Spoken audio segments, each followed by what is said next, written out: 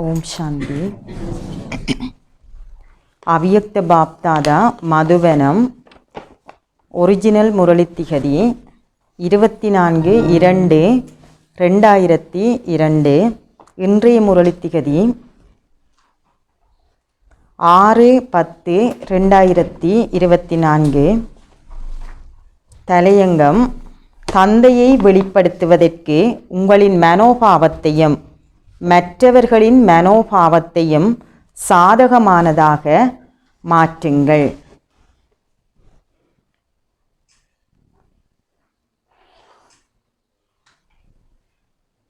இப்போ பாபா சொல்கிறார், நாங்கள் எல்லாம் கடவுளை வெளிப்படுத்துகிற சேவையத்தை செய்து கொண்டிருக்கோம். அதுக்கு எங்களோட மனோநிலை மனம் சாதகமாக இருக்கணும்.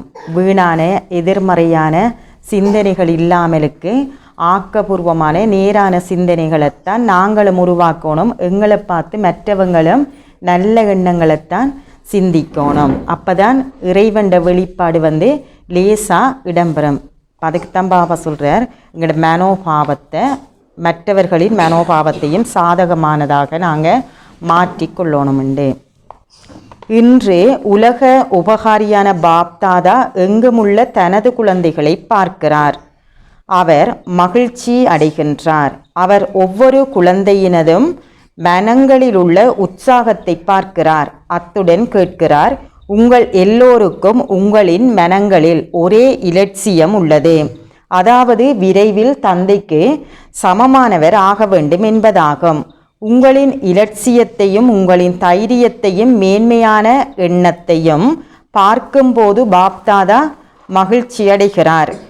அத்துடன் கூடவே உங்கள் எல்லோருக்கும் அதி உயர்ந்த இலட்சியம் இருந்தாலும் அதற்கான தகைமைகள் வெளிப்படும் போதும் அதில் நீங்கள் வரிசை கிரமமாக இருப்பதையும் அவர் பார்க்கின்றார். இலட்சியத்துக்கு ஏற்ப தகைமைகளை கொண்டிருத்தல் என்றால் தந்தைக்கு சமமானவர் ஆகுதல் ஆகும். சேவை மேடையில் கருவிகளாக இருக்கும் குழந்தைகள் சதா தந்தையை எப்படி வெளிப்படுத்தலாம், அது எப்போது நடக்கும் என்ற ஒரே ஒரு எண்ணத்தையே கொண்டிருக்கிறார்கள். உங்களிடம் இத்தகைய எண்ணங்கள் இருக்கின்றது அல்லவா? அதன் பின்னர் தந்தை குழந்தைகளாகிய உங்களிடம் கேட்கின்றார், குழந்தைகளே, எப்போது நீங்கள் உங்களை உங்களின் சம்பூரணமான மற்றும் முழுமையான ஸ்திதியில் வெளிப்படுத்துவீர்கள்? பாபா என்ன சொல்கிறார், நாங்கள் தந்தையை வெளிப்படுத்துறதுக்கு எங்களுக்குள்ள தைரியம் உற்சாகத்தை கொண்டிருந்தாலும் ஆனால் அது சதவீத அடிப்படையில் வரிசைக்கிரமமாக இருக்குது. நான் பாபா சொல்கிறார் என்ன, நாங்கள் முழுமையாகணும், சம்பூரண நிலையாகணும். அப்போ தான் பாபாவோட வெளிப்பாடு விரைவாக இடம்பெறும். இப்போ பாபா கேட்குறாருங்கிட்ட எப்போ அது நடக்கும், நாங்கள் எங்களை தயார்படுத்துறது முழுமையான நிலைக்கு கொண்டு வர நிகழ்வு எப்போ நடக்கும் என்று கேட்கிறார். நீங்கள் அதற்கான ஒரு திகதியை நிச்சயம் செய்துள்ளீர்களா என்ற கேள்வியை குழந்தைகளாகிய உங்களிடம் தந்தை கேட்கின்றார். அல்லது அந்த திகதியை நிச்சயம் செய்ய போவது இல்லையா? இரட்டை வெளிநாட்டவர்களாகிய நீங்கள் நிகழ்ச்சிக்கும் ஒரு வருடத்துக்கு முன்னரே திகதி நிச்சயம் செய்யப்படுகிறது என கூறுகிறீர்கள். நீங்கள் இப்படி சொல்கிறீர்கள் தானே? எனவே உங்களை வெளிப்படுத்துவதற்கு ஒரு திகதியை நீங்கள் நிச்சயம் செய்து விட்டீர்களா என்று தந்தை கேட்கிறார். நீங்கள் பல மீட்டிங் வைத்தீர்கள் தானே?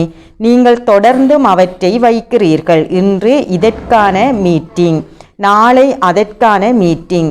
இப்போதும் உங்களில் பலரும் இங்கே மீட்டிங்குகளாகவே வந்துள்ளீர்கள். இது மதுவனத்தை பாபா சொல்கிறார். இப்போ நாங்களும் ஒரு சேவை ஒரு நிகழ்ச்சி நடத்துகிறேன்டா எங்களுக்குள்ளே சந்தித்து கலந்துரையாடி ஒவ்வொரு மீட்டிங் வைப்போம். அதே போல் சேவை திட்டங்களை தீட்டுறதுக்கு மதுபனுக்கு ஒவ்வொரு குழுக்களாக வந்திருக்காங்க.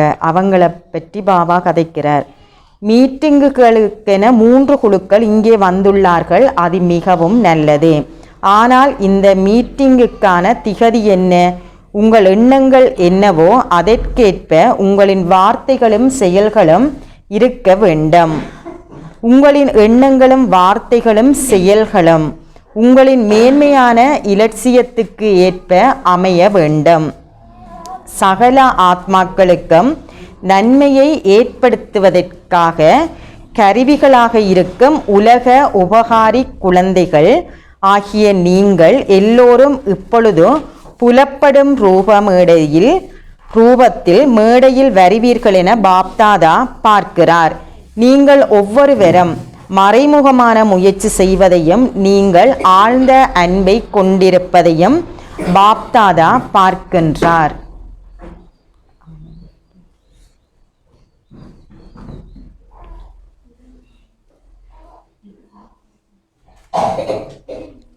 எவ்வாறாயினும் எப்போது நீங்கள் இந்த விசேடமான எண்ணத்தின் அன்பிலே முற்றிலும் உங்களை மறந்தவர்களாகுவீர்கள். உங்கள் ஒவ்வொருவரிடமும் அந்த அன்பு உள்ளது.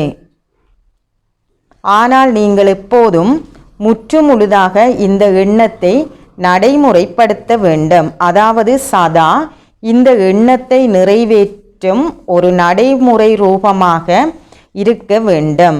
தற்சமயம் உங்கள் எண்ணங்களிலும் உங்களின் பௌதீக செயல்களிலும் வேறுபாடு காணப்படுகிறது. அது நடக்க வேண்டும். குழந்தைகளாகிய நீங்கள் அதை செய்ய வேண்டும். தந்தை எப்படியும் முதுகெலும்பாகவே இருக்கின்றார். நாங்கள் பாபாட எந்த பணியை செய்தாலும் எங்களுக்கு பின்னால் தூண்டிக்கொண்டு எங்களுக்கு ஆதாரமாக ஹெல்ப் பண்ணி கொண்டு இருக்கிறவர் தந்தை. என்ன இப்போ நாங்கள் நம்பிக்கையோட அந்த பணி பூர்த்தியாகுமென்ற சாதகமான சிந்தனைகளோட அந்த நிகழ்வுகளை கொண்டு நடத்தலாம்.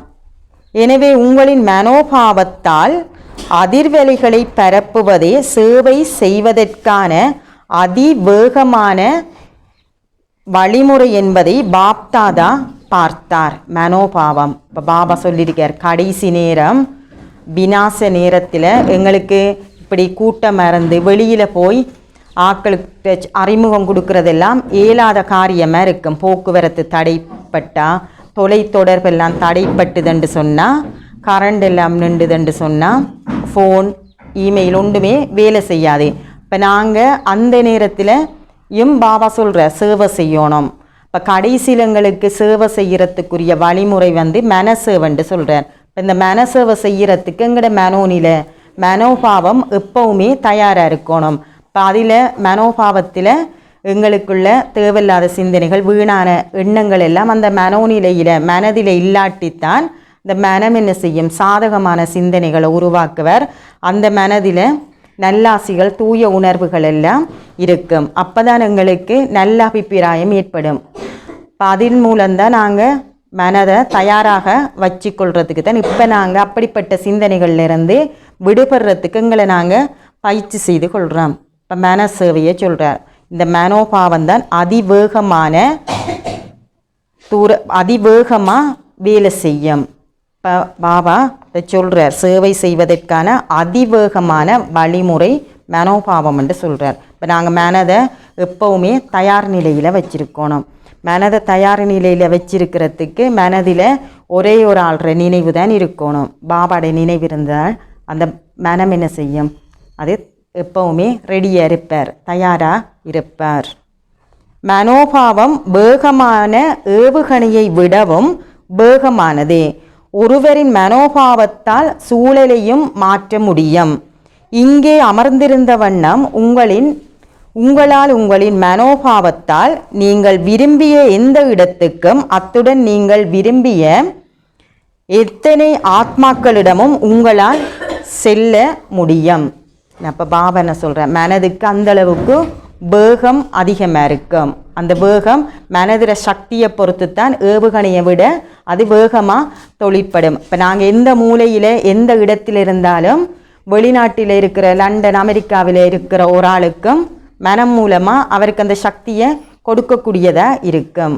பதத்தம் பாபா சொல்கிற, எங்கே இருந்தாலும் நாங்கள் விரும்புகின்ற இடத்துல விரும்புகின்ற ஆத்மாக்களுக்கோ இயற்கைகளுக்கோ இந்த பஞ்ச தத்துவங்களுக்கோ போய் சேவை செய்யக்கூடியமாக இருக்கும் என்றா மனதால்.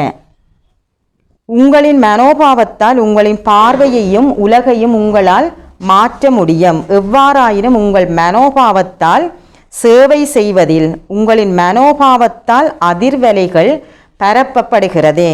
ஏதாவது ஒன்று ஒரு தடையை ஏற்படுத்தும் போதோ உயிரற்ற விக்கிரகங்களின் இப்போதும் இந்த கடைசி பிறவியிலும் அதிர்வலைகளால் சேவை செய்கின்றன. அப்படித்தானே? நீங்கள் அவற்றை பார்த்திருக்கிறீர்கள் தானே? நீங்கள் ஆலயங்களை பார்த்திருக்கிறீர்கள் அல்லவா? இரட்டை வெளிநாட்டவர்களாகிய நீங்கள் அவற்றை பார்த்திருக்கிறீர்களா? நீங்கள் அவற்றை பார்த்திருக்காது விட்டால் எப்படியாவது அவற்றை சென்று பாருங்கள். இது பாபா கோவில்களை சொல்கிறார். கோவிலில் இருக்கிற விக்கிரகம் எல்லாம் பார்த்திருக்கந்தானே. ஏனென்றால் அவை உங்களின் ஆலயங்கள். குமாரிகளே, அவை உங்களின் ஆலயங்களா அல்லது இந்தியாவில் இருப்பவர்களின் ஆலயங்களா? அவை எல்லோருடைய ஆலயங்களும் ஆகும். அச்சா, பாராட்டுக்கள். ஆலயங்களில் உள்ள விக்கிரகங்கள் நடைமுறையில் சேவை செய்கிறது. அதாவது அந்த ஆலயங்களில் விக்கிரகங்களாக விளங்கும் ஆத்மாக்களாகிய நீங்கள் சேவை செய்கிறீர்கள். பக்தர்கள் பலரும் அதிர்வலைகளினூடாக தமது ஆசைகளை நிறைவேற்றிக் கொள்கிறார்கள். உயிர் வாழும் விக்கிரகங்களே, இப்போது நல்லாசிகள் மற்றும் தூய உணர்வுகள் என்ற உங்கள் மனோபாவத்தின் மூலம் அதிர்வலைகளை சூழலுக்கு பரப்புங்கள். ஆனால் என சொல்வது நல்லதாக தென்படவில்லை. ஆனால் பாபா அதை சொல்ல வேண்டியுள்ளது. பாண்டவர்களே, நீங்கள் ஆனால் என்ற இந்த வார்த்தையை விரும்புகிறீர்களா? நீங்கள் அதை விரும்பவில்லை. இன்னமும் ஆனால் என்பது இருக்கின்றதா அல்லது அது முடிவடைந்து விட்டதா? இதற்கான இலகுவான வழிமுறை என்னவென்றால், நீங்கள் ஒவ்வொருவரும் உங்களுக்குள்ளேயே அதை சோதிப்பதாகும். உங்களால் ஒரு வினாடியில் உங்களையே சோதிக்க முடியும். அதை இப்போதே செய்யுங்கள். பாபா உங்களுக்கு ஒரு வினாடி கொடுக்கட்டுமா அல்லது அதை பற்றி பேசும் போதும் இப்போதே செய்யுங்கள். பாபா உங்களுக்கு ஒரு வினாடி கொடுக்கட்டுமா அல்லது அதை பற்றி இப்போது பேசும் போதே ஒரு வினாடியை நீங்கள் பெற்றுவிட்டீர்களா? இப்போது உங்களையே சோதித்து பாருங்கள். எந்த ஒரு ஆத்மாவை நோக்கியும் எனக்குள்ளே எதிர்மறையான அதிர்வலைகள் ஏதாவது இருக்கிறதா என மற்றவங்களை பற்றிய எதிரான அதிர்வலைகள், வீணான அவங்கள பற்றிய பிழையான கருத்துக்கள், அபிப்பிராயங்கள் எந்த மனதில் இருக்காண்டு நாங்கள் ஒரு செகண்டில் சோதித்து பார்க்கணும். அப்படி இருந்ததுன்னு சொன்னால் மனதால் எங்களால் சேவை செய்கிறது கொஞ்சம் கஷ்டமாக இருக்கும். நீங்கள் உலக சூழலை மாற்ற விரும்பினால் ஓர் ஆத்மாவுக்கேனும் உங்களின் மனதில் ஏதாவது வீணான அதிர்வலைகள் இருக்குமாயின் அல்லது உங்களின் நிஜ அதிர்வலைகள் எதிர்மறையாக இருக்குமாயின் உங்களால் உலகை மாற்ற முடியாதிருக்கும். தொடர்ந்தும் தடைகள் ஏற்படும். இப்போ நாங்களும் ஒரு சேவை செய்ய போவோம். அங்கே சில வேளையில் அந்த பணி சில வேளையில் நாங்கள் எதிர்பார்த்த அளவுக்கு அது நடக்காமலுக்கு இருக்கும். அதுக்கு காரணம் பாபாண்டி சொல்கிறார். எங்களில் நாங்கள் போகிறதுக்கு முதலே இது நடக்குமா, வருவாங்களா, இது சாத்தியமாகுமாண்டு எங்களுக்குள்ள வீணான எண்ணங்களை போட்டுட்டு போயிடுவோம். ஏன்னா எதிரான எண்ணங்களை யோசிக்கிட்டு போயிட்டோம்டா அங்கே 100% அந்த பணி பூர்த்தியாகாதது எனக்கு திருப்தியாக இருக்காது. இப்போ அதுக்கு தான் பாபா என்ன சொல்கிறார், எங்களோட மனதில் சாதகமான எண்ணங்களையே நாங்கள் உருவாக்கிட்டு விதைச்சிட்டு, எண்ணங்கள் விதை போல அப்படிப்பட்ட எண்ணங்களை நாங்கள் விதைச்சிட்டு போயிட்டோம்னு சொன்னால் நாங்கள் எதிர்பார்த்ததை விட அதிகமான பலன் எங்களுக்கு கிடைக்கும். அதுக்கு நாங்கள் மனதில் பாபா சொல்கிற மாதிரி எதிர்மறையான வீணான எந்த எண்ணங்கள், சிந்தனைகள், உணர்வுகளையும் கொண்டிருக்கக்கூடாது. உங்களால் உலகை மாற்ற முடியாதிருக்கும். தொடர்ந்தும் தடைகள் ஏற்படும். அதற்கு நேரமும் எடுக்கும். சூழலில் எந்தவிதமான சக்தியும் இருக்காது. சில குழந்தைகள் கூறுகிறார்கள், அவர் எப்போதும் அப்படித்தான், அவர் அப்படித்தான். இப்போ நாங்கள் என்ன சொல்லுவோம், இப்போ நீங்கள் படிக்கிற மாதிரி உங்களோட வீட்டிலே குடும்பத்தில் இருக்கிறாக்களையும் இந்த ஞானத்தை சொல்லி பாபாட்ட கூட்டி வரலாம் தானே என்று கதைப்போம். நாங்கள் என்று சொன்னாங்கன்னு சொன்னால் நாங்கள் உடனே என்ன சொல்லுவோம், அவங்களுக்கு சொல்லி சொல்லி பார்த்தாச்சு, அவங்க மாறுற மாதிரி இல்லை, அப்படித்தான் இருக்காங்கன்னு சொல்லுவோம். ஆனால் நாங்கள் என்ன செய்யணும், அவங்க அப்படித்தான் இருந்தாலும் அவங்களில் நல்ல அபிப்பிராயங்கள், இவங்க வருவாங்க மாறுவாங்க பாபாட ஞானத்தை எடுப்பாங்கண்டு 10 தரம் இல்லை 15 தரம் என்றாலும் அப்படி சிந்திச்சமெண்டா 20வது தரம் சொல்கிற நேரம் வந்து சேருவாங்க. ஏன்னா அவங்க 2 தரம் சொல்லி பார்த்துட்டு சொன்ன அவங்க எதிர்த்து தான் கதைப்பாங்க, அவங்க வரமாட்டாங்கன்ட்டு நாங்கள் முடிவெடுக்கிறது கூட அந்த வீணான சிந்தனைகளுக்குள்ள அது அடங்கும். ஏன்னா அப்போது அவரை நோக்கி அந்த அதிர்வலைகள் இருக்கும். அவர்கள் தந்தைக்கும் ஞானம் கொடுப்பார்கள். பாபா உங்களுக்கு தெரியுமா, அந்த ஆத்மா அப்படிப்பட்டவர். எவ்வாறாயினும் தந்தை உங்களிடம் கேட்கின்றார், அந்த ஆத்மா தவறானவர், பிழை செய்கிறார். அப்படி இருக்கக்கூடாதுதான். ஆனால் அந்த தவறை உங்களின் மனோபாவத்தில் வைத்திருப்பதற்கு தந்தை உங்களுக்கு அனுமதி அளித்தாரா என பாபாட்ட வந்து சொல்லுவோம். இப்போ பாபா சொல்லுவேன், சரி உங்களோட வீட்டாக்களை கூட்டிட்டு வாங்க, இந்த ஞானத்தை கொடுத்தண்டா. அவங்ககிட்ட சொல்லி பார்த்தா அவங்க இதை பற்றி எதிர்த்து தாங்கதைக்காங்க, வார மாதிரி இல்லைண்டு. இப்போ பாபா என்ன சொல்கிறேன், சரி அவங்க செய்கிறதும் சரிதான் என்றாலும் நீங்கள் பிழையான அபிப்பிராயம் கொண்டிருக்கிறதுக்கு, அவங்கள பற்றி பிழையாவே புரிஞ்சு கொண்டு இருக்கிறதுக்கு நான் உங்களுக்கு அனுமதி தந்தனாண்டு கேட்குறார். எங்கட பணி என்ன? சாத்தியமில்லாத சாத்தியமாக்குற பணிதான் சங்கம யுகத்தில் நாங்கள் செய்து கொண்டிருக்கோம். சங்கம யுகம்ண்டா அசாத்தியமானதை சாத்தியமாக்குற, ஒருவர் மாற மாட்டாரண்டி நினைக்கிறவரை நாம் மாற்றி காட்டணும். சாத்தியமில்லாதது சாத்தியமாகுது. ஏன்னா அதுக்கு தனி பாபா சொல்கிறேன், நான் முதுகெலும்பா உங்களுக்கு இருக்கேன். அப்போ என்னோட கூட இருக்கிறவர் பாபா. இப்போ அவரோட போய் நான் ஞானத்தை சொல்லி அல்லது சொல்கிற நேரம் அவங்க அதை ஏற்றுக்கொள்ளுவாங்க. தந்தை இதற்கு உங்களுக்கு அனுமதி அளிக்கவில்லை என நினைப்பவர்கள் உங்களின் ஒரு கையை உயர்த்துங்கள், அதை தொலைக்காட்சியில் காட்டுங்கள் என்று தாதியிடம் சொல்றார். நீங்கள் இதை பார்க்கிறீர்கள் தானே, நீங்கள் எல்லோரும் உங்களது கைகளை உயர்த்தினீர்கள் என்பதை நினைவில் வைத்திருங்கள். இரட்டை வெளிநாட்டவர்கள் தமது கைகளை உயர்த்தினார்களா? அது பாப்தாதாவின் தொலைக்காட்சியில் காட்டப்பட்டது. ஒரு பிராமண ஆத்மாவுக்கு எந்த ஓர் ஆத்மாவை நோக்கியும் எதிர்மறையான அதிர்வலைகள் இருக்கும் வரை அவரால் அவரின் மனோபாவத்தினூடாக உலக நன்மைக்காக அதிர்வலைகளை சூழலுக்கு பரவ செய்ய முடியாமல் இருக்கும். நாங்கள் பிராமணர்கள் கடவுளோடு இருந்து தியானம் செய்கிறார்கள். இப்போ எங்களோட எண்ணங்களுக்கு சக்தி இருக்கும். அது எதிரான எண்ணங்கள் என்றாலும் அந்த தியானத்தின் மூலம் பெறுற சக்தி வேலை செய்யும். நல்ல எண்ணங்கள் என்றாலும் அந்த தியானம் செய்கிறதால அந்த சக்தி பயன்படும். இப்போ நாங்கள் பாபாட்ட வந்ததுக்கு பிறகு நல்லதைத்தான் யோசிக்கணுமே தவிர, ஆக்கப்பூர்வமாக சாதகமானதை தான் யோசிக்கணுமே தவிர, எதிர்மறையானது வீணானதை நினைக்கிறதால அதுக்கு நாங்கள் சக்தியூட்டி அந்த எண்ணங்களை வளர்த்திடக்கூடாது. இப்போ அது என்ன செய்யும், உலக நன்மைக்கு சூழலுக்கு பரவாது என.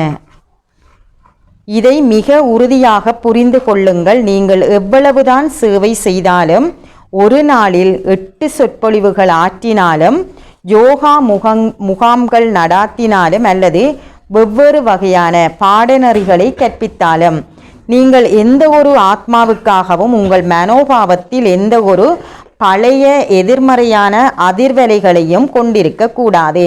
ஓகே, அந்த நபர் தீயவர், பல தவறுகள் செய்துள்ளார், பலருக்கு துன்பத்தை விளைவித்திருக்கிறார். ஆனால் அந்த நபருக்கு துன்பத்தை விளைவிப்பதற்கு பொறுப்பாக ஆகுவதற்கு பதிலாக உங்களால் ஓர் உதவியாளராகி அவரை மாற்ற முடியாதா என நாங்கள் என்ன சொல்லுவோம், அவங்களையும் சொல்லி கூட்டிட்டு வாங்கலேண்டா.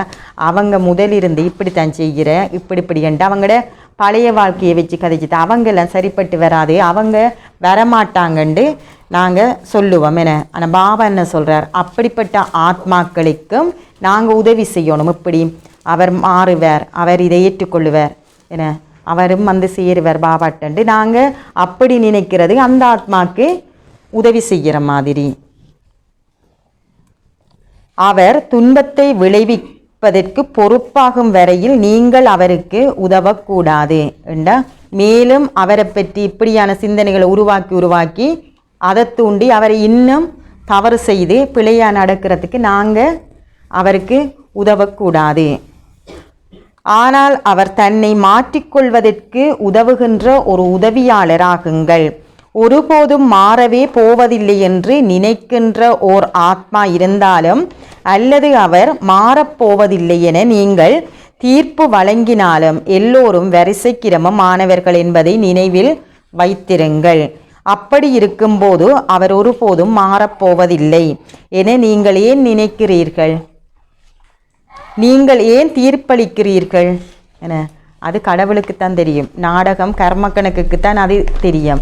நாங்கள் அந்த தொழில் எடுக்கக்கூடாது. இவர் வரமாட்டார், இவர் இந்த ஆன்மீகத்துக்கு சரிப்பட்டு வரமாட்டார் என்று நாங்கள் தீர்ப்பு வழங்கக்கூடாது என எல்லாரும் உலகத்தில் இருக்கிற ஒவ்வொரு ஆத்மாவும் இறைவண்ட குழந்தைகள். இப்போ அதில் ஒரு கைப்பிடி அளவினர் எப்பவுமே வருவாங்க. இப்போ நாங்கள் சேவை செய்து ஞானம் கொடுக்குற நேரம் அந்த கைப்பிடிக்குள்ளே இருக்கிற ஒரு ஆத்மாவா இது இருக்கும் என்று நினைப்புத்தான்.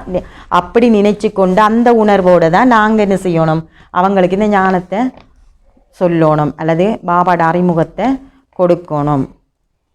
நீங்கள் ஏன் தீர்ப்பளிக்கிறீர்கள்? தந்தையே நீதிபதி ஆவார். நீங்கள் எல்லோரும் ஒருவருக்கொருவர் நீதிபதிகள் ஆகியுள்ளீர்கள். நீங்கள் தீர்ப்பு வழங்குவதை தந்தை இன்னமும் காண்கிறார். இவர் இப்படிப்பட்டவர், இவர் அப்படிப்பட்டவர், இவர் இப்படிப்பட்டவர். நீங்கள் தந்தை பிரம்மாவை நடைமுறையில் கண்டீர்கள். ஓர் ஆத்மா மீண்டும் மீண்டும் என்ன தவறு இழைத்தாலும் பாப்தாதா குறிப்பாக தந்தை பிரம்மா பௌதிக ரூபத்தில் சகல குழந்தைகளுக்கும் அன்பையும் நினைவுகளையும் வழங்கினார். அத்துடன் எப்போதும் ஒவ்வொரு குழந்தைக்கும் இனிய குழந்தையே இனிய குழந்தையே என்றே கூறினார். இப்போ நாங்களும் பாபாட்ட வர முதல் பிழை செய்துட்டு தவறு செய்துட்டு தான் இருந்தனாங்க. ஆனால் பாபாட்ட வந்தோடனே முரளியில் பாபாங்களை எப்படி பார்த்தார்? தேவராக போகின்ற சொர்க்கத்தில் வாழ்ந்த ஆத்மான்னு சொல்லி எங்களுக்கு ஞானம் கதைக்க தொடங்கினார். அவர் முதலாவது வார்த்தை என்ன சொன்னார்? இனிய குழந்தைகள் என்று தான் அவர் சொன்னார். அதே போல தான் நாங்கள் எல்லாரையும் அந்த உணர்வோடு தான் பார்க்கணும். இவங்களும் சொர்க்கத்தில் வாழ்ந்த ஒரு தேவ ஆத்மா என்று பார்த்தமெண்டா அவங்களை பற்றிய பிழையான புரிந்துணர்வோ கருத்துக்கள் எனக்கு இந்த மனதில் இருக்காது. அத்துடன் எப்போதும் ஒவ்வொரு குழந்தைக்கும் இனிய குழந்தையே இனிய குழந்தையே என்று கூறினார். 2-4 பேர் கசப்பானவர்கள் என்றும் எஞ்சியோர் இனிமையானவர்கள் என்றும் அவர் கூறினாரா? இல்லைன. எப்போ முரளி எடுத்தாலும் இனிமையான குழந்தைகள் என்று தான் தொடங்குறார். என இனிமையான குழந்தைகள் என்று சொல்கிற நேரம் அந்த இனிமையான குழந்தையை கேட்குறதுக்கு எத்தனை பேர் அந்த நேரத்துக்கு வார என இப்போ கடவுள் இனிய குழந்தை என்று சொல்கிற வீட்டில் எப்போவாவது இருந்து போட்டு சொல்லுவாங்க, வேலாகணுமெண்டு அம்மா அப்பா அப்படி சொல்லுவாங்க. ஆனால் ஒவ்வொரு தரமும் சொல்லி கொண்டு இருப்பாங்களா? இல்லை. ஆனால் பாபா என்ன சொல்கிறார்? எங்களுக்கு இனிய குழந்தை என்று சொல்கிறார். என்ன அந்த இனிய குழந்தைய நான் தவற விடாமலுக்கு இருக்கிறதுக்கு அந்த ஞானத்தை டைமுக்கு கேட்க வந்தால் தான் இனிய குழந்தை என்று என்ன கூப்பிடுறது எனக்கு விளங்கும். அதைத்தான் பாபா சொல்கிறோம், முரளியை நாங்கள் தவற விடக்கூடாது, ஒரு நாளேனும் தவற விடக்கூடாது. ஒரு நாள் தவற விட்டமெண்டா கடவுள் என்ன இனிய குழந்தை என்று கூப்பிடுறது எந்த காதுக்கு கேட்காம போயிடும். அவர் இத்தகைய ஆத்மாக்களிடமும் எப்போதும் கருணை நிறைந்தவராகவே இருந்தார். அவர் மன்னிப்பு கடலாக விளங்கினார். ஓகே, நீங்கள் எவருக்காவது உங்களின் மனோபாவத்தால் ஏதாவது எதிர்மறையான உணர்வுகளை கொண்டிருந்தால் அதனால் உங்களுக்கு என்ன நன்மை? உங்களுக்கு அதனால் நன்மை ஏற்படுமாக இருந்தால் நீங்கள் அப்படி செய்யலாம். இப்படி செய்கிறதால எங்களுக்கு என்ன லாபம் கிடைக்குது? ஒன்றுமில்லைன. மற்றவங்களை பற்றி பிழையான அபிப்பிராயங்கள் கருத்துக்களை நாங்களும் எடுத்துக்கொண்டு அதை மற்றவங்கள்ட்ட சொல்லி திரிகிறதால எங்களுக்கு ஏதாவது வருமா? லாபம் என்னவும் வருமா? நட்டம்தான் வரும். என எங்களுடைய சக்தி தான் குறைக்கப்படும். நாங்கள் பாபாவை நினைச்சு சேர்த்த சக்தியெல்லாம் இந்த மாதிரி விஷயத்தில் குறைக்கப்பட்டு கொண்டு வரும். பிறகு எனக்கு ஒரு சூழ்நிலை வார நேரம் என்னட்ட அதை முகம் கொடுக்கறதுக்கு தேவையான சக்தி இல்லாமல் போயிடும். நான் இந்த சின்ன சின்ன விஷயத்தில் இழந்து தந்தேனே. என்ன இப்போ நாங்கள் தியானத்தின் மூலம் பெறுற சக்திகளை நான் நல்ல விஷயங்களுக்கு பாவிக்கிறதோட நாம் பாதுகாப்பாக இருக்கிறதுக்கும் அதை சேமித்து கொள்ளணும். அதற்கு உங்களுக்கு அனுமதி உண்டோ? எவ்வாறாயினும் அதில் நன்மை இல்லாத போதும் அதனால் துயரம் மட்டுமே ஏற்படுகிறது. துயரம் மட்டுமே ஏற்படும் போது, அது உங்கள் முன்னால் வரும்போதோ அந்த வேளையில் நீங்கள் கண்ணாடியில் உங்களை பார்க்க வேண்டும். துன்பமாக இருக்கிற நேரம் இந்த முகம் எப்படி இருக்குன்னு போய் கண்ணாடிக்கு முன்னுக்கு நிற்கணும்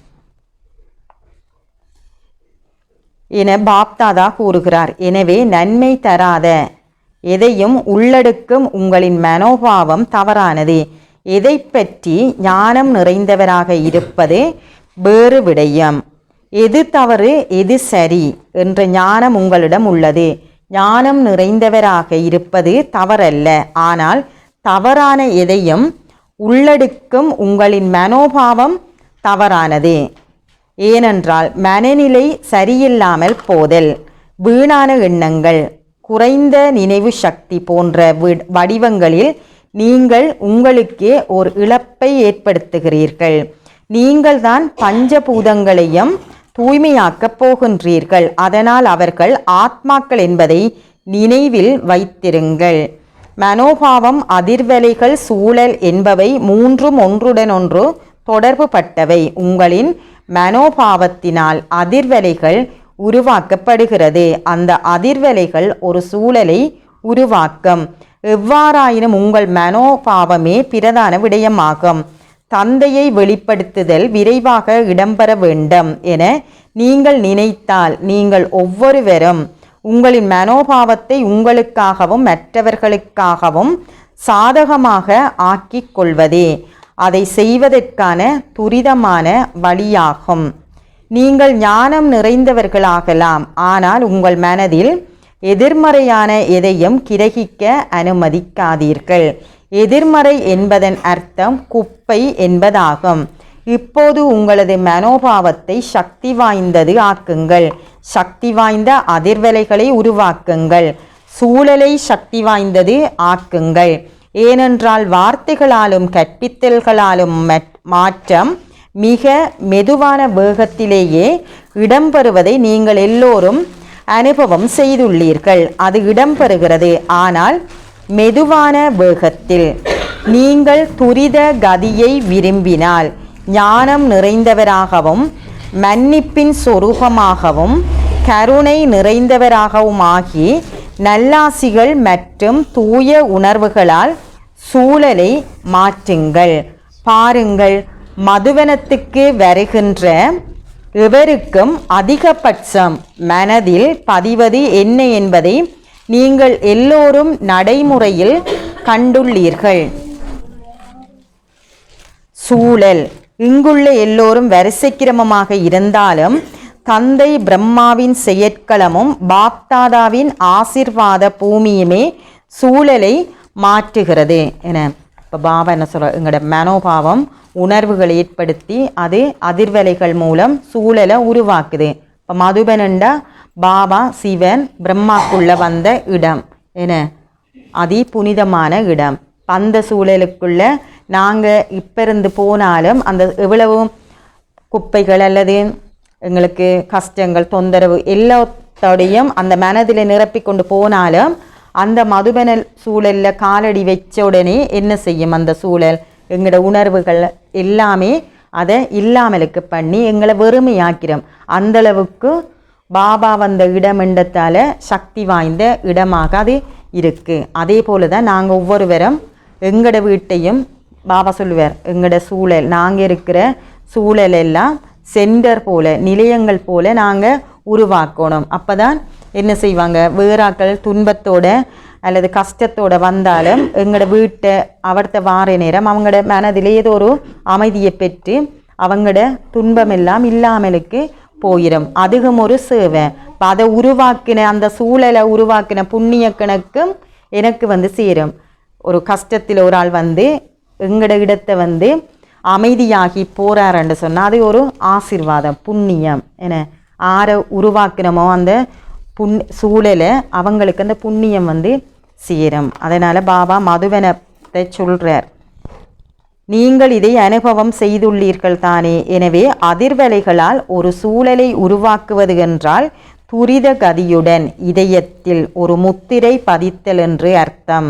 இந்த சூழல் அவர்களது இதயத்தில் பதிந்திருக்கும். அவர்கள் கேட்ட விடயங்கள் மறந்து போகக்கூடும். ஆனால் அவர்கள் இதயங்களில் பதிந்த இந்த சூழலை மறக்க முடியாது.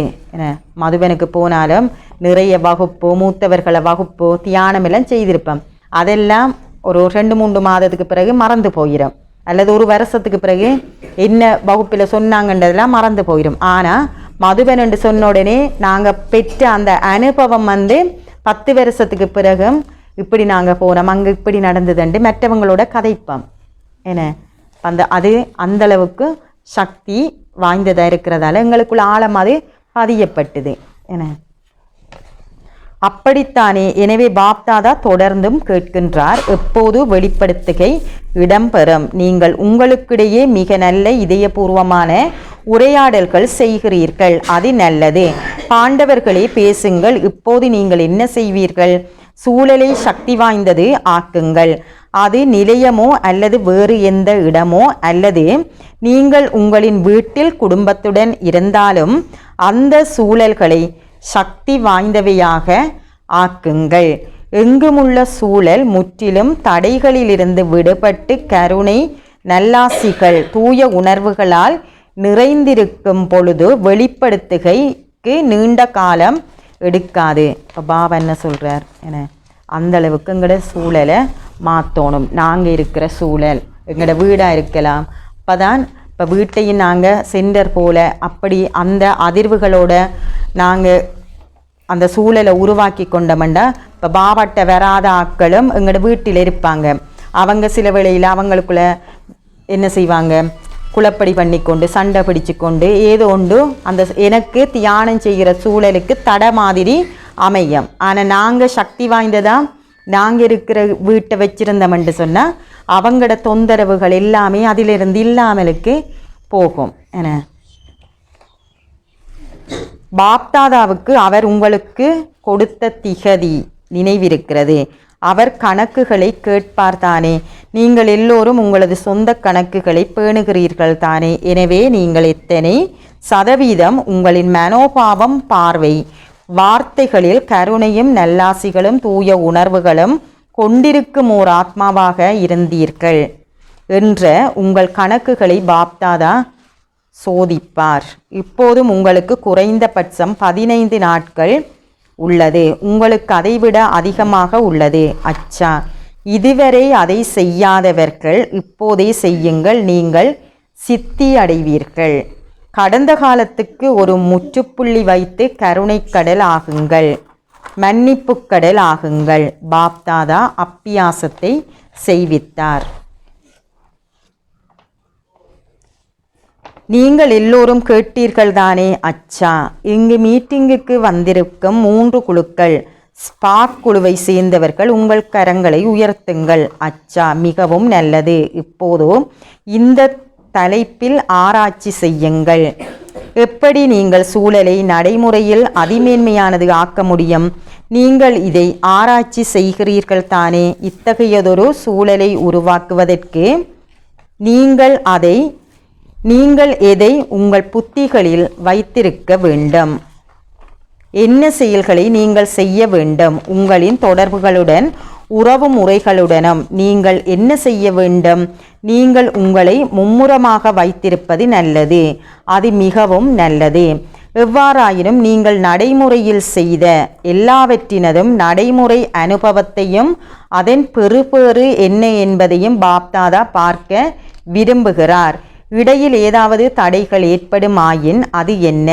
இந்த நடைமுறையில் அனுபவம் செய்து நீங்களே பாருங்கள். நீங்கள் இதை செய்ய வேண்டும், அதை செய்ய வேண்டும் என வெறுமனே கருத்துக்களை பிரித்தெடுக்காதீர்கள். இல்லை, அதை நடைமுறையில் செய்யுங்கள். நீங்களே அதை அனுபவம் செய்யுங்கள். ஒரு உதாரணமாகுவதன் மூலம் நீங்கள் அதை செய்து காட்டுங்கள். அதன் பின்னர் அந்த உதாரணம் மற்றவர்களுக்கு உதவி செய்யும். இது ஓகேயா? இப்போ பாபா சொல்கிற நேரம் இப்படி செய்யணும் அப்படி செய்யணும் ஓமோமன்றது போவோம். கேட்டு விட்டு தாண்டின உடனே மறந்துடுவோம், அதை விட்டுடுவோம். ஆனால் பாபா என்ன சொல்கிறார்? பாபா அதை பார்ப்பார்.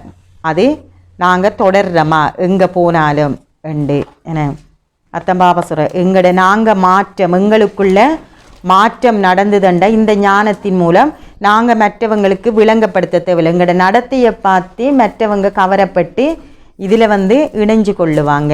அத்தம் பாபா சொல்ற நடத்தை சேவை செய்யும். இது ஓகேயா? இவரே அதாவது ரமேஷ் பாய், இது பாபாட்ட ஆரம்பத்தில் காலப்பகுதியில் இருந்தவர். அவர் இப்போ உடலை விட்டுட்டார். ரமேஷ் பாய் கருவி ஆவார். இது நல்லது. உங்களுக்கு இன்னமும் 15 நாட்கள் உள்ளது என பாப்தாதா கூறுகிறார். இது இன்னமும் முடியவில்லை. இப்போது அதிகளவு நேரம் கடந்து சென்று விட்டது. ஆனால் சிறிது நேரமே எஞ்சியுள்ளது. எனவே ஸ்பாக் குழுவினர் இதை நடைமுறையில் செய்து மற்றவர்களுக்கு காட்ட வேண்டும். இது ஓகேயா? உங்களால் இதை செய்ய முடியுமா? இது சாத்தியமா? அச்சா, இது நல்லது, மிகவும் நல்லது. அச்சா. இரண்டாவது மீட்டிங் குழு போக்குவரத்து குழுவாகும். போக்குவரத்து திணைக்களத்தை சேர்ந்தவர்கள் எல்லோருக்கும் சந்தோஷத்தை கொடுக்கிறார்கள். போக்குவரத்து திணைக்களத்தை சேர்ந்தவர்களே உங்களின் கரங்களை உயர்த்துங்கள். அச்சா. சகோதரர்கள் மற்றும் சகோதரிகள் இருசாராரும் இருக்கிறார்கள். சகோதரிகள் இல்லாமல் எந்தவித சக்தியும் கிடையாது. சகோதரிகள் இல்லாமல் எந்தவித சற்கதியும் கிடையாது. அச்சா. போக்குவரத்து திணைக்களத்தை சேர்ந்தவர்கள் என்ன செய்வீர்கள்? நீங்கள் மக்களை சுற்றுலா செல்ல அனுப்புவதை மட்டும் செய்வீர்களா? போக்குவரத்து திணைக்களத்தை சேர்ந்தவர்கள் உங்களுக்குள்ளே ஒரு நிகழ்ச்சியை ஒழுங்கு செய்ய வேண்டும். அதாவது உங்களால் எந்த ஒரு ஆத்மாவையும் குறுகிய நேரத்தில் துன்ப உலகிற்கு அப்பால் எடுத்து செல்லக்கூடியதாக இருக்க வேண்டும். அத்துடன் குறுகிய நேரத்தில் அவர்களை ஒரு அமைதி யாத்திரையில் அழைத்து செல்ல வேண்டும். ஓகே. அவர்களை பரந்தாமத்தினை அடையச் செய்வது கடினம். ஆனால் அவர்கள் குறைந்தபட்சம் இந்த துன்ப உலகில் அமைதி யாத்திரை செல்ல வேண்டும். அதற்காக பல திட்டங்களை செய்யுங்கள். 4 வகையான யாத்திரைகளில் இருப்பவர்களுக்கும் பாப்தாதா செய்தி சென்றடைய செய்வதை நீங்கள் உறுதிப்படுத்துகிறீர்கள். நீங்கள் நிச்சயமாக அவர்கள் அங்கே சென்றடைய செய்வீர்கள். ஏனென்றால் எந்த ஒரு பிரிவும் அதாவது திணைக்களமும் விடுபடக்கூடாது. வெவ்வேறு பிரிவுகள் கண்டுபிடிக்கப்பட்டது. நல்லது, இது நல்லது. ஏனெனில் வேறெந்த முறைப்பாடுகளும் இருக்க மாட்டாது. எந்த ஒரு பிரிவும் விடுபடக்கூடாது. ஒவ்வொருவருக்கும் தமது சொந்த பிரிவை முன்னேற்றுவதற்கான உற்சாகம் உள்ளது. இது மிக நல்லது. எவ்வாறாயினும் இதுவரை என்ன பிரிவுகள் உருவாக்கப்பட்டுள்ளதோ வெவ்வேறு பிரிவுகள் உருவாக்கப்பட்டு எத்தனை காலம் ஆகிறது? 1.5 வருடங்களா அல்லது 2 வருடங்களா அல்லது அதைவிட நீண்ட காலமா? 10 to 12 வருடங்கள் என்று பதில் சொல்கிறாங்க. வெவ்வேறு பிரிவுகளின் சேவை ஆரம்பித்து 10 to 12 வருடங்கள் ஆகிவிட்டதா? அச்சா, அது நீண்ட காலமே. பாப்தாதாவுக்கு வெவ்வேறு பிரிவுகளுக்கும் ஒரு எண்ணம் உள்ளது. பாப்தாதா அதை 2 அல்லது 3 தடவைகள் கூறியுள்ளார். ஆனால் அது இன்னமும் இடம்பெறவில்லை. ஒவ்வொரு பிரிவும் எத்தனை வருடங்கள் சேவை செய்தாலும் ஒவ்வொரு பிரிவிலும் உள்ள சேவையாளர் குழந்தைகள் எல்லோரும் அவர்கள் ஒத்துழைப்பவர்களாக இருந்தால் என்ன, அல்லது அரை யோகிகளாக இருந்தால் என்ன, அல்லது அவர்கள் ஒழுங்காக அன்றி சில வேளைகளில் மட்டும் வந்தால் என்ன, குறைந்தபட்சம் ஒவ்வொரு பிரிவிலிருந்தும் இத்தகைய 5 ஆத்மாக்களேனும் வர வேண்டும். ஒவ்வொரு பிரிவிலிருந்தும் 10 அல்லது 12 இல்லாவிட்டாலும் குறைந்தபட்சம் 5 மிகவும் உறுதியானவர்கள், மிகவும் ஒத்துழைக்கும் ஆத்மாக்களும் சேவைக்கு கருவிகளாக இருப்பவர்களும் வெளிப்பட வேண்டும் என்பதை மதுவனத்திலுள்ள ஒவ்வொருவரும் பார்க்க வேண்டும். குறைந்தபட்சம் உங்களால் இத்தகைய 5 ஆத்மாக்களை இங்கே அழைத்து வர முடியுமா? அவர்களால் வர முடியுமாயின் அழைத்து வாருங்கள். எப்போது நீங்கள் அவர்களை அழைத்து வருவீர்கள் அது தாதிகளை பொறுத்த விடயம். குறைந்தபட்சம் அவர்கள் பாப்தாதாவை சந்திப்பதற்கு தகுதியானவர்கள் ஆக வேண்டும். இப்போ பாபா மதுவனுக்கு வாரத்தை சொல்கிறார். அவங்கள தயார்படுத்தி குறைஞ்சது 5 பேர் என்றாலும் நாங்கள் மதுவனத்துக்கு கூட்டிகிட்டு போகணும். குறைந்தபட்சம் 5 பேரையாவது வெளிப்பட செய்ய முடியும். பாபா அதிகமாக கேட்கவில்லை. உங்களோட சென்டரில் இருக்கிற எல்லாரையும் கூட்டிகிட்டு வாங்கன்னு சொல்லலை.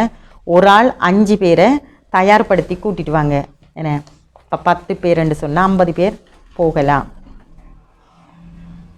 5 பேர் மட்டுமே. அதன் பின்னர் இந்த தாதிகள் அவர்களை சரி பார்ப்பார்கள்.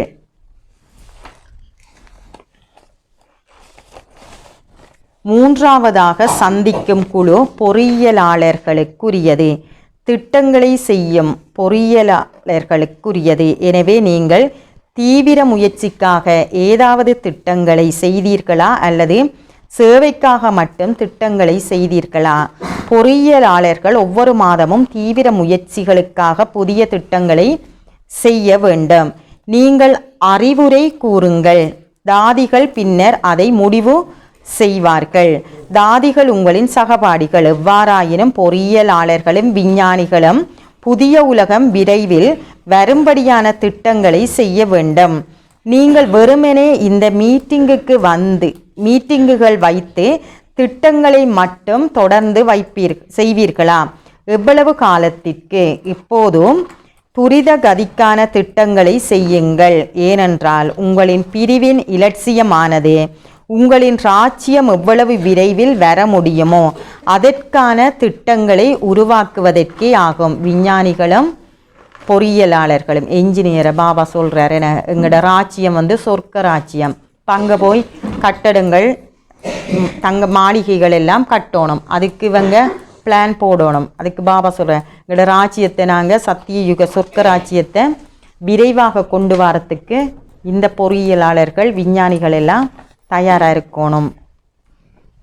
எனவே இத்தகைய திட்டங்களை செய்யுங்கள். சேவையிலும் குறுகிய நேரத்தில் பெரும் வெற்றியை வெளிப்படுத்தக்கூடிய திட்டங்களை செய்யுங்கள். நீங்கள் இத்தகைய திட்டங்களை செய்வீர்களா? நீங்கள் இத்தகைய திட்டங்களை செய்வீர்கள் தானே? பாபா கடைசி சந்திப்பில் சகல அறிக்கைகளையும் பற்றி கேட்பார். வெற்றியை துரிதமாக்குவதற்கு ஒவ்வொரு பிரிவினரும் என்ன திட்டத்தை செய்துள்ளீர்கள்? நீங்கள் வெறுமனே திட்டங்களை செய்யக்கூடாது. ஆனால் 15 நாட்களில் அவற்றை பயிற்சி செய்து நடைமுறை ரூபத்தில் கொண்டு வாருங்கள். இது ஓகேயா? இப்பொழுதே அது நடைமுறைப்படுத்தப்பட வேண்டும். அப்படித்தானே? நீங்கள் எல்லோரும் ஒருவருக்கொருவர் கூறுகிறீர்கள். ஏனென்றால் பாப்தாதா ஒவ்வொருவரின் இதயபூர்வமான உரையாடல்களையும் கேட்கின்றார். நீங்கள் எல்லோரும் வெளிப்படுத்தலை பற்றி பேசுகிறீர்கள். எவ்வாறாயினும் அனைத்திற்கும் முதலில் உங்களை நீங்கள் வெளிப்படுத்த வேண்டும். தந்தையும் உங்களின் மூலம் வெளிப்படுத்தப்படுவார் அல்லவா? எவரின் மனோபாவமும்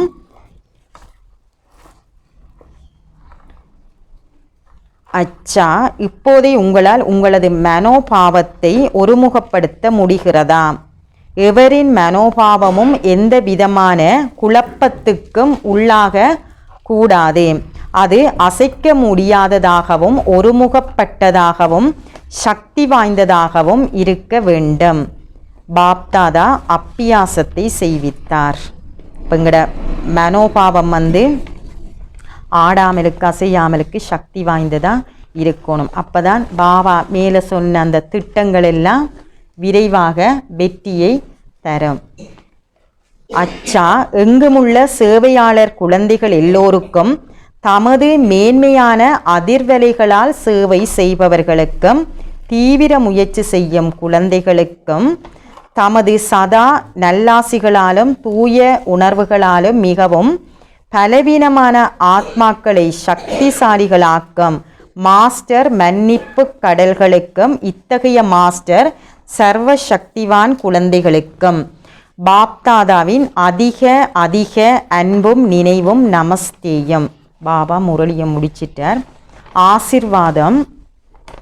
நீங்கள் காலத்துக்கு ஏற்ப ஒவ்வொரு பணியிலும் வெற்றி நிறைந்தவரான ஞானி மற்றும் யோகி ஆத்மா ஆகுவீர்களாக. நீங்கள் காலத்துக்கு ஏற்ப ஒவ்வொரு பணியிலும் வெற்றி நிறைந்தவரான ஞானி மற்றும் யோகி ஆத்மா ஆகுவீர்களாக. பாபா விளக்கம் சொல்கிறார். ஞானம் என்றால் புரிந்துணர்வு. விவேகி ஆத்மா ஒருவர் சரியான வேளையில் புரிந்துணர்வுடன் தனது பணிகளை செய்வதுடன் அவற்றில் வெற்றியும் பெறுவார் என விவேகம் இருக்கணும், புத்திசாலித்தனம், அறிவோ என. இப்போ சில வழியில் நாங்கள் நினைப்போம் நிறைய படிச்சிருந்தா தான் விவேகம் அறிவண்டு. சில வழியில் அவங்களுக்கு அந்த விவேகம் இல்லாட்டி அவங்களும் கோட்டை விட்டுடுவாங்க என. ஆனால் பாபா என்ன சொல்ல, இந்த ஞானம் எங்களுக்குள்ள புரிந்துணர்வு ஏற்படுத்துது, ஒரு தெளிவை ஏற்படுத்துது என. இப்போ நாங்கள் எது சரி எது பிளண்டு பகுத்தறியலாம்.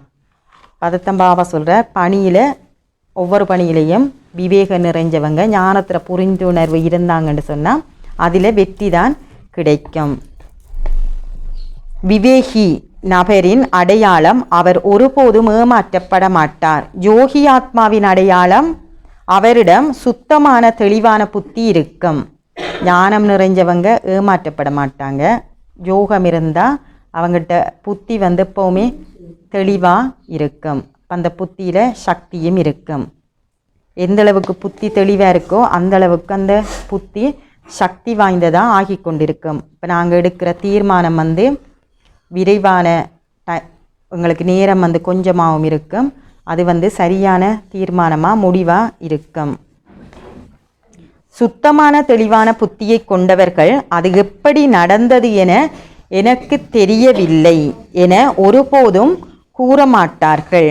ஞானி மற்றும் யோகி ஆத்மாக்களால் இத்தகைய வார்த்தைகளை சொல்ல முடியாது. அவர்கள் தாம் செய்யும் ஒவ்வொரு செயலிலும் ஞானத்தையும் யோகத்தையும் பயன்படுத்துவார்கள் என.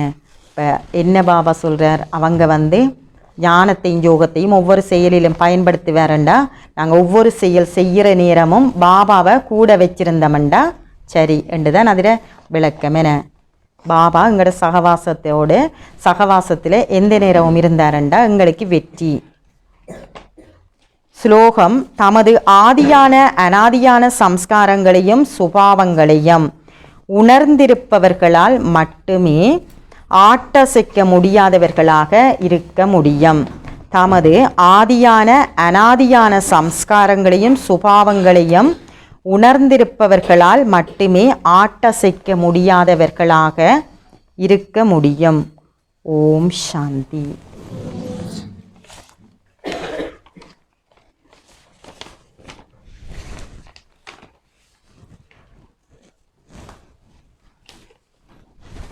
இதுக்கு பிறகு இப்போ பிரதர் கிளாஸ் எடுப்பார்.